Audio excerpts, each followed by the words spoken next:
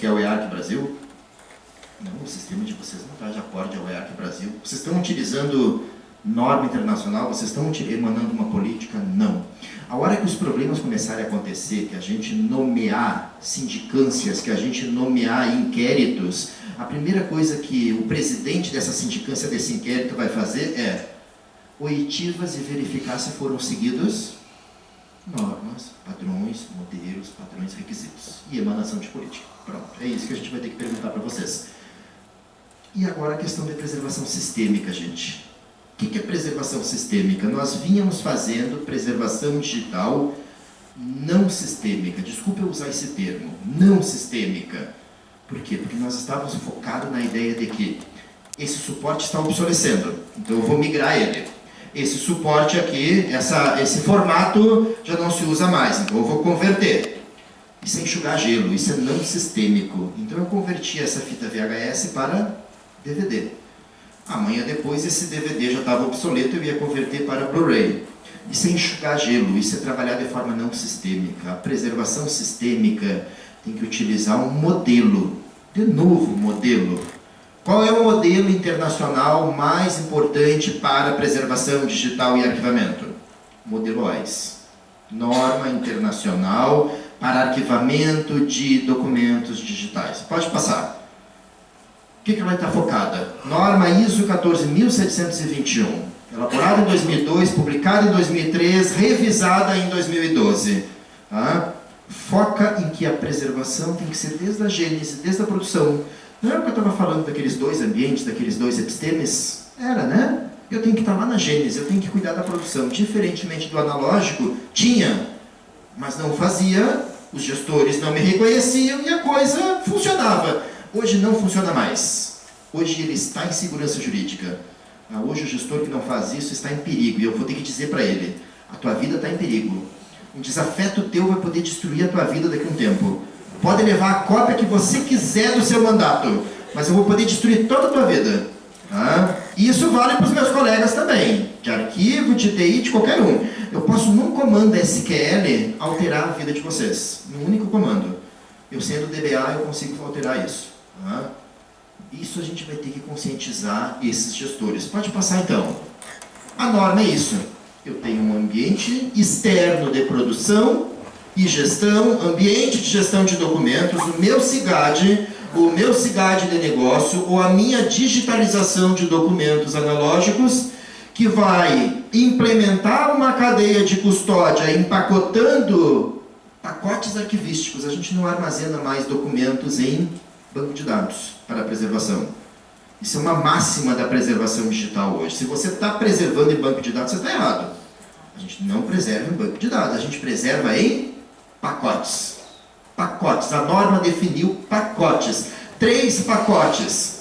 CIP de submissão, IP de arquivamento, DIP de disseminação.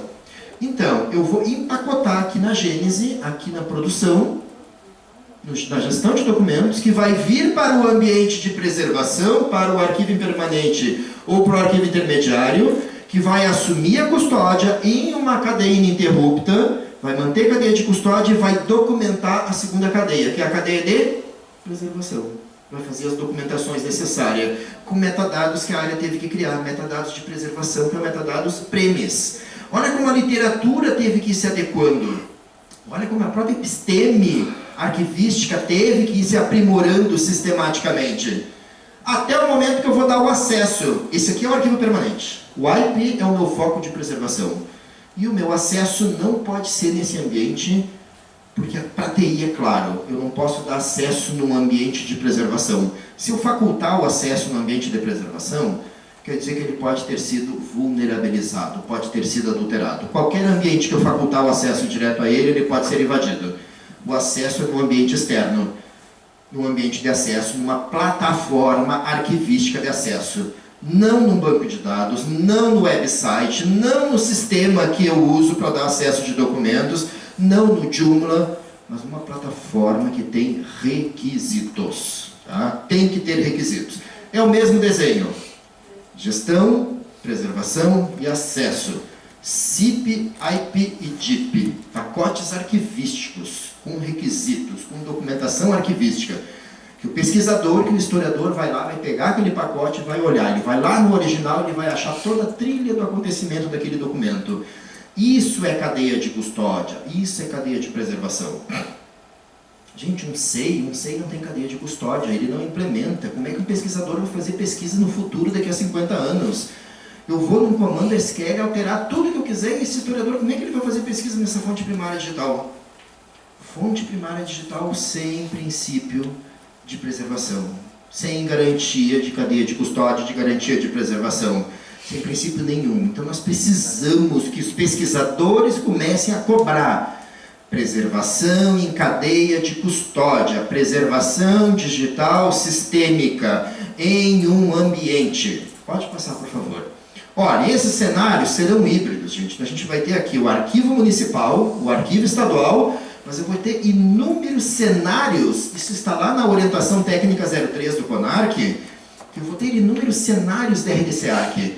Eu vou ter o CIGAD central, eu vou ter um sistema de negócio de folha de pagamento produzindo documentos que vai arquivar também no arquivo municipal, eu vou ter lá uma internet das coisas, IoT, uma máquina que produz documentos digitais, mas que tem que fazer cadeia de custódia para manter esses documentos autênticos.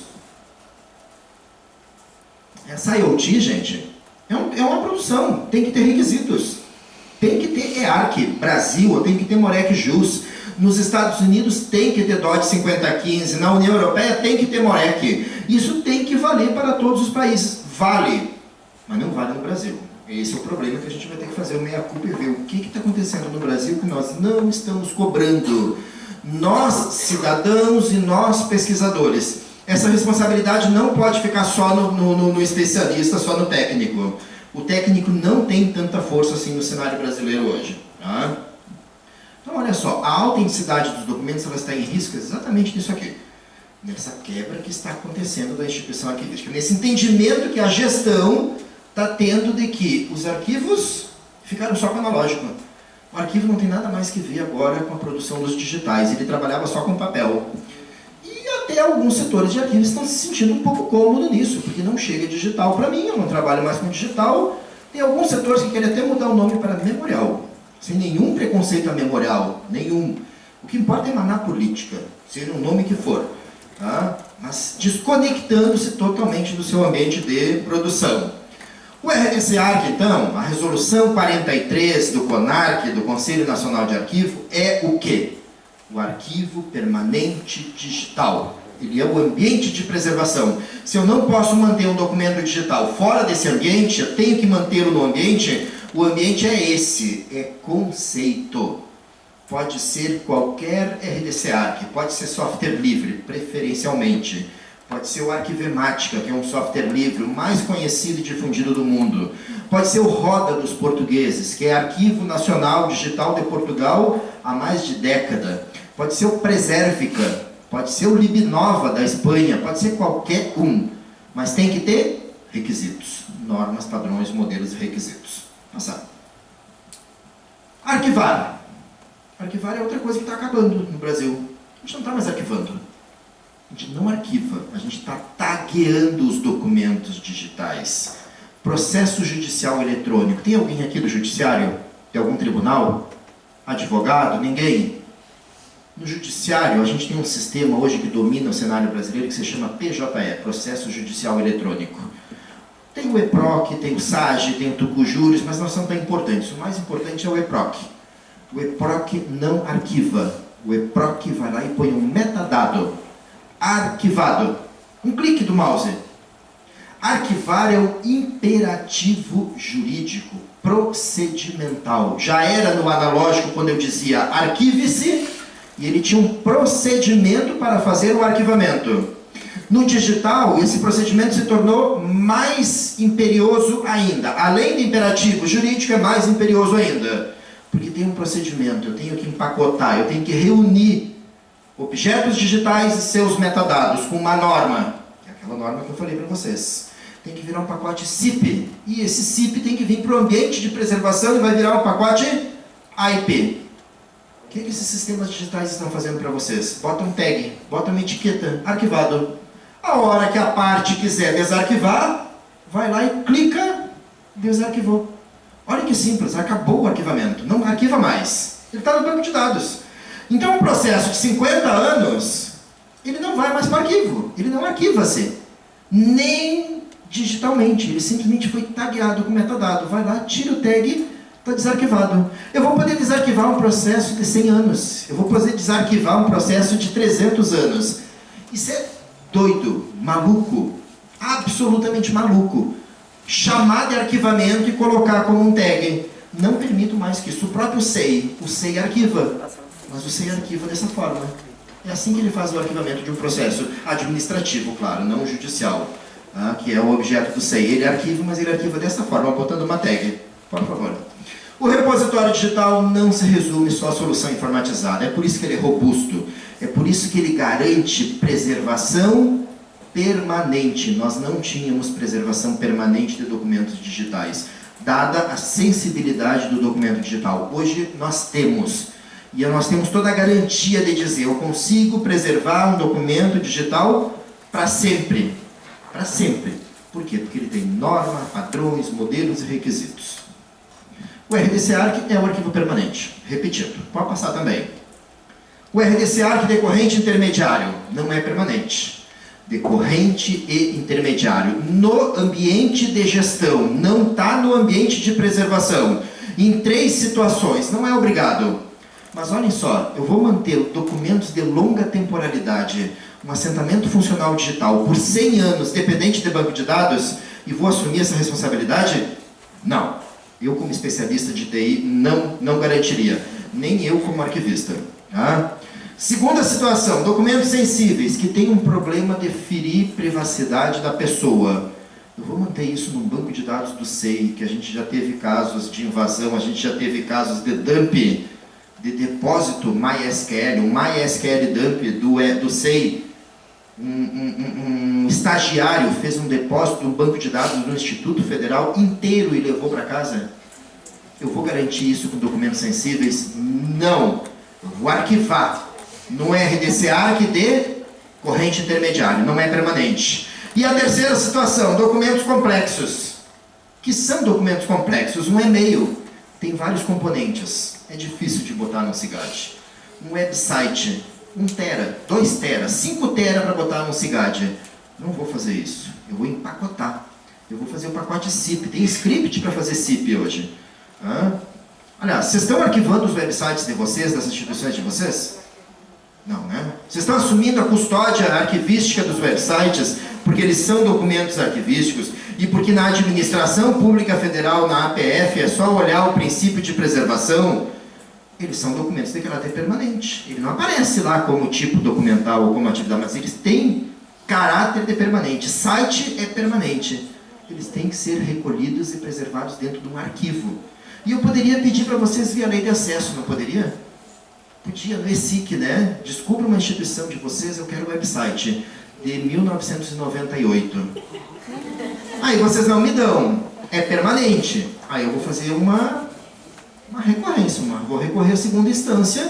Alguém está eliminando documentos de caráter permanente. Segundo a lei federal, é crime.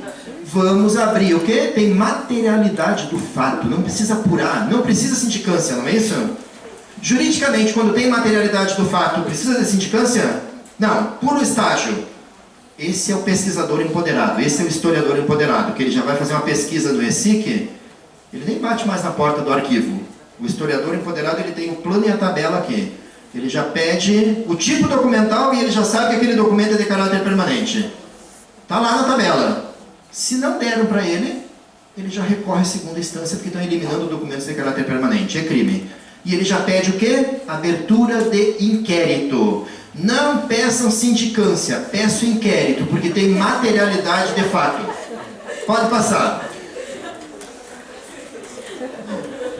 Pode passar, por favor.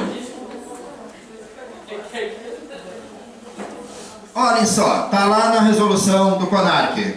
Os documentos de caráter permanente têm que ser mantidos e preservados por um RDC-ARC. Eles não podem ser mantidos e preservados por um ambiente de gestão.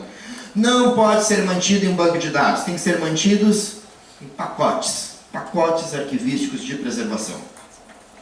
Esses repositórios também devem ser certificados, auditados e certificados. Tem norma internacional para isso.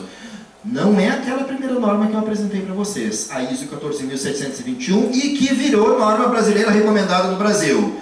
15472, ABNT-NBR. Não, eu estou falando de uma outra norma, uma norma que só certifica repositório. Quer dizer, eu já tenho um arquivo permanente digital da Prefeitura Municipal e eu vou me credenciar para ser certificado. Tem uma certificação digital de que eu mantenho meus documentos em pacotes preserváveis, com cadeia de custódia documentado na cadeia de preservação. Essa é a ISO 16363. É uma outra norma ISO internacional. É outra norma ISO que, quando houver aquela instauração de inquérito, o especialista que colocar em oitiva vai perguntar para o especialista: tem alguma norma que fale sobre certificar repositórios no arquivo permanente? Tem, ISO 16363. Pode passar. Esses são os 3 pacotes: submissão, arquivamento, disseminação. Meu foco não é o de submissão. Submissão eu preparo para chegar ao arquivo permanente. Meu foco é o WIPE. É o arquivo permanente. Ali é o meu foco de preservação. E o DIP não tem problema. Ele pode ser invadido porque ele está numa plataforma de acesso que eu tenho como repopular, que eu tenho como recolocar os documentos. Porque o original não vai para a web. Pode passar. As salas de consulta serão mais indispensáveis que antes. Quem imaginava que os arquivos do futuro não teriam salas de consulta, enganou-se redondamente. E nem foram os arquivistas que disseram isso, foram os analistas que disseram isso, foram os engenheiros da computação que disseram isso. Eu não posso facultar o acesso de um documento digital para um cidadão. Ele não pode chegar na porta do ambiente, porque senão ele invade o ambiente e adultera. O que aconteceu naqueles hospitais do Reino Unido que foram invadidos pelo ransomware e o WannaCry, porque eles estavam com o ambiente de preservação acessível para o usuário. Assim como recentemente agora uma Secretaria de Saúde, Estado de São Paulo, foi invadido e os documentos